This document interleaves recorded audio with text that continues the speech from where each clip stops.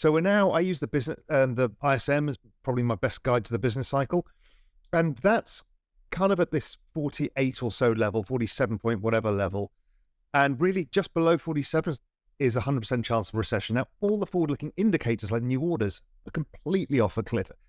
Employment, prices paid, you name it, every single indicator. We have a database of 1,500 indicators at Global Macro Investor, and it's all falling off a cliff. So this is the point where you get to on Twitter where everyone goes, oh my God, there's a recession. Surely stocks are going to go down.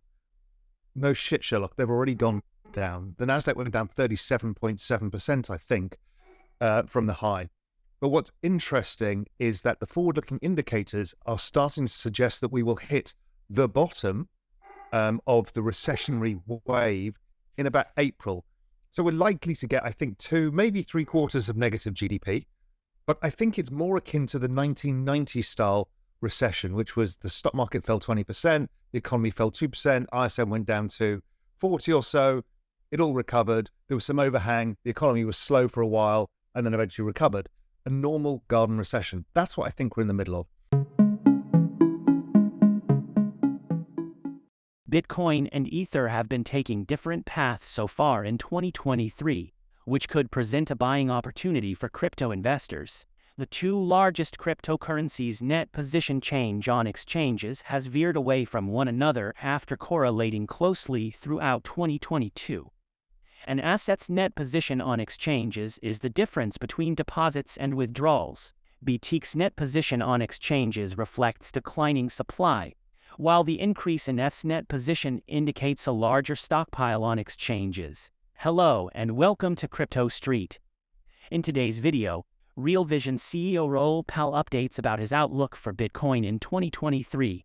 Raoul also breaks down the importance of regulatory clarity in the space and how it will drive the future of institutional adoption in crypto. I think people are confusing prices, which is the unwind of the prices as in markets, the unwind of everything that happened in 2021 got unwound in 2022.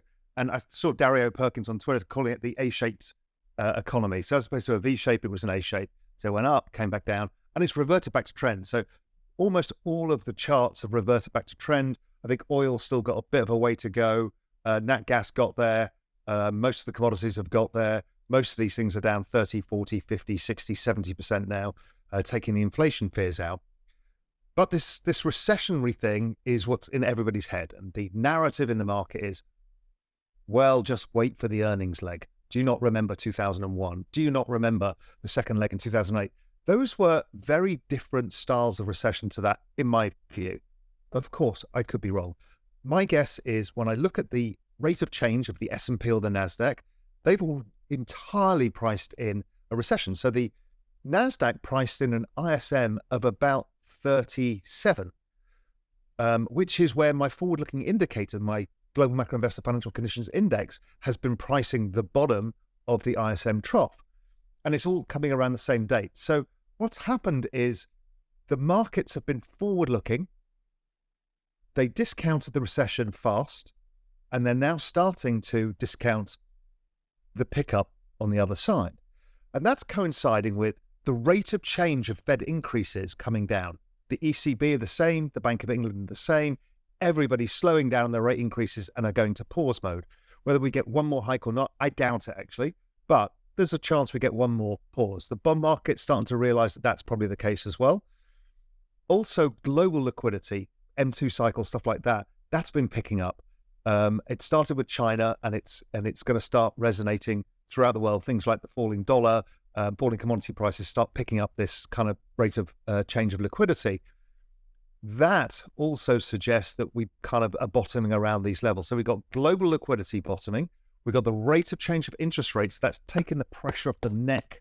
You know, Jay Powell's had his foot on the neck of the markets and the economy. So he takes his foot off, things can rise again. So that's kind of what stage we're seeing now.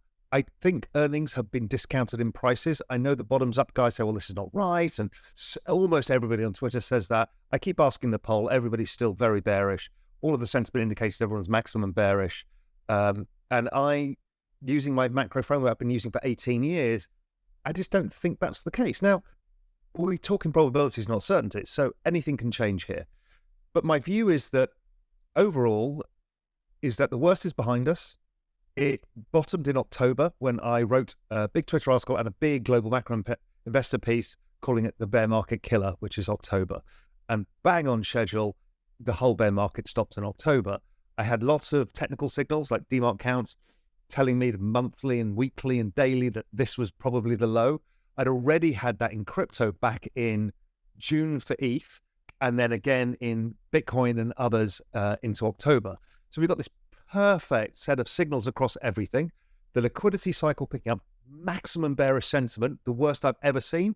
And I think in Global Macro Investor, we put together 40 of these sentiment indicators of stuff going back to the 60s. And it was the worst sentiment the markets have ever seen. And then we had the option buying and all of that, the put option buying, all of that stuff. So I'm now bullish risk. And I've been flagging this for a while, and I flagged it when I started buying crypto in June, and I flagged it when I re-added it. And I've been talking about, I think the inflationary pressure's coming. I think inflation goes negative next year.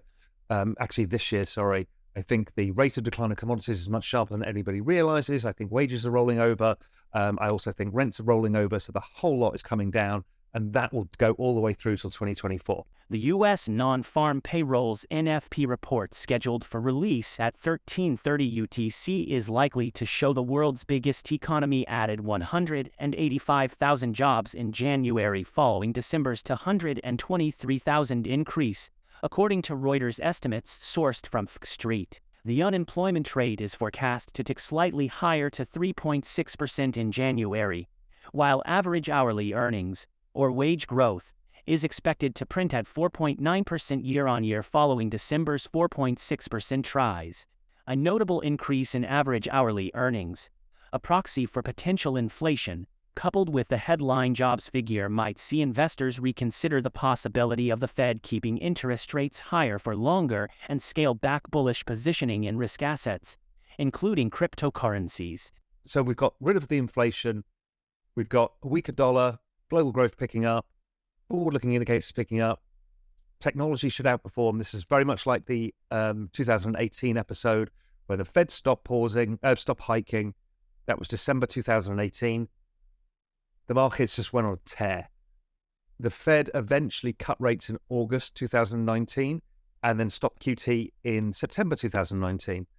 Over that period, I think Bitcoin did 285%, and many of the markets did really well over the course of that year.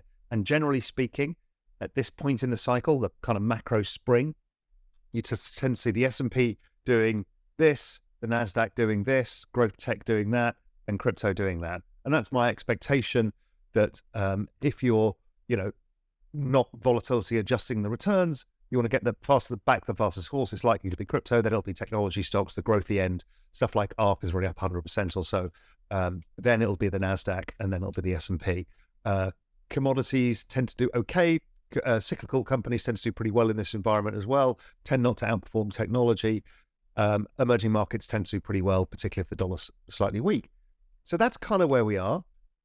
We then start focusing going forwards on, okay, what else does this mean? And this is what you're starting to see in things like gold. They're picking up the potential for easing, negative real rates, that kind of stuff. And that's the next phase that I think we come into in the latter parts of 2023. And I think we'll see significant easing for a whole host of reasons in 2023, back end 2024, and back to quantitative easing that I think we'll get by in 2024, maybe even 2023. We'll wait and see. So that's basically the macro setup for me. I'm very bullish risk, bullish crypto, bullish technology, bullish carbon credits, bullish bonds, bullish gold. Don't really have any of it. Starting to wait for things like copper because we've got some secular backdrops. I like secular trends. I don't tend to trade the cyclical stuff anymore. I find it a bit boring, and I don't think it's very easy to make money consistently over time. I like a secular trend, and when, for example, when you look at the technology stocks, like we can take the NASDAQ. If we take the NASDAQ on a log chart, we've come back to the bottom of the log trend channel. And we've had all of the bottom indicators and signals. And usually if you can buy the cyclical sell-off when it hits the secular trend, that is the sweet spot. We're in that sweet spot now. We're in the sweet spot on crypto, technology. We will get there probably in copper as well, and a few other markets where it starts to get very, very interesting for very high future expected returns. We saw something not dissimilar in carbon as well. So that's where we are. Cyclical pressures down to the secular trend. I love my secular trends. My big secular trends are India, technology, exponential age technology. That's a whole host of things, from robotics to AI to EV to distributed data to metaverse. All sorts of things come in that bucket, and I've been writing quite a lot about that over the last few years. Exponential age is the other big theme. Stuff like, I like the Middle East, and maybe Saudi Arabia is the one harder to trade, but I think it's really interesting. I'm bullish on copper, as I said, carbon, for those reasons as well. And then crypto is the bigger bet for me because I think it has a higher expected return, comes with more volatility, but I'm happy to stomach the volatility because I've got an income, thank God. And so that means I can allow the volatility of my portfolio moving around because I've got money coming in. But if you're trying to live off crypto, it's bloody difficult because it goes up and down a lot. So, is it a good time to invest in Bitcoin? Tell us in the comments. Also, don't forget to like and subscribe. See you soon with the next video. Thank you so much for watching.